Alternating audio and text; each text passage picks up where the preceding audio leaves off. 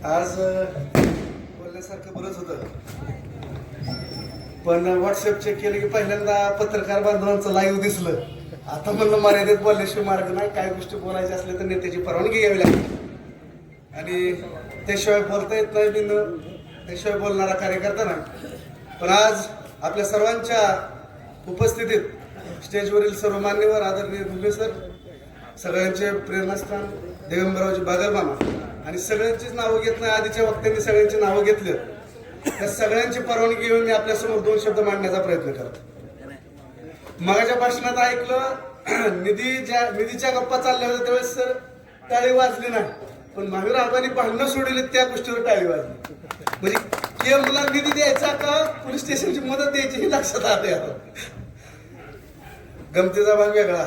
आज काय मी जास्त बोलणार नाही, कारण मी माझा रुसवा काढायची वेळ असताना मी स्टेजवर आलो. महावीर आबा तुमच्यामुळे माझी उमेदवारी गेली, कुठे गेला.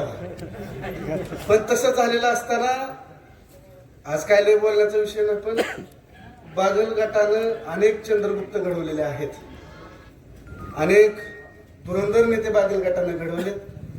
टपरीवाला, शेतात राबणारा मजूर, शेतकरी, कष्टकरी, ड्रायव्हर, टेम्पोवाला, ट्रकवाला असल्या लोकांना, शिपायापर्यंतच्या लोकांना बागल गटाने मोठं केलं, पदं दिली. आज ती लोक कुठे ह्या गोष्टीवर आपण जायचं नाही, पण अशी दानत असणाऱ्या कुटुंबासोबत आपण आहोत या गोष्टीचा आपल्याला कायमस्वरूपी अभिमान राहिला पाहिजे. कारण निधीवर नेते बोलणारच आहेत, निधीवर बोलण्यासारखं आपल्याकडे काय नाही.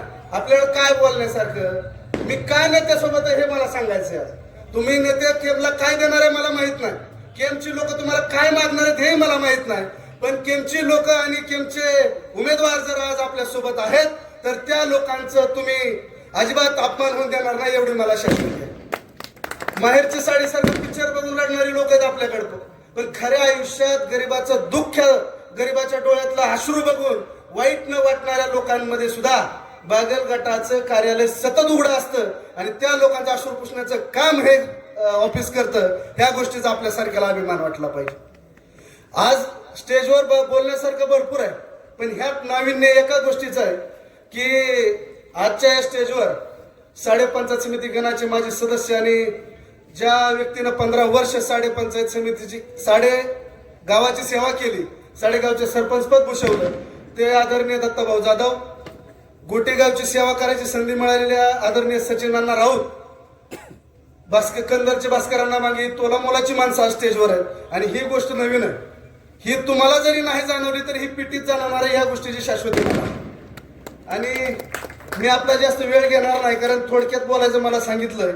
पण थोडक्यात जरी बोलायचं असलं तरी मी फक्त लोकांवर न बोलता, कुणावर टीका न करता एकच गोष्ट सांगेन की आपल्याला इथून पुढच्या काळात बागल गटासोबत, भाजपासोबत आणि आपले जे साडेपंचायत समिती गणाचे उमेदवार दशरथ शेठ गाडगे आहेत त्यांच्या पाठीमागे खंबीरपणे उभं राहायचं. केम पंचायत समिती गणाचे महावीर आबा आणि केम जिल्हा परिषद गटाच्या मालतीताई या सगळ्यांना आपण प्रचंड बहुमताने विजयी कराल असा विश्वास मला वाटतोय. आणि जाताना एकच गोष्ट सांगेन, मी आज मी बोलणार नाही, मी साड्यात बोलणार, पण इथून पुढच्या राजकीय सहवासात, राजकीय प्रवासात गट, तट, पक्ष आणि संघटना एकच, दिग्विजय दिगंबरराव बागल, रश्मी दिगंबरराव बागल. एवढं बोलतो आणि थांबतो. जय हिंद, जय महाराष्ट्र.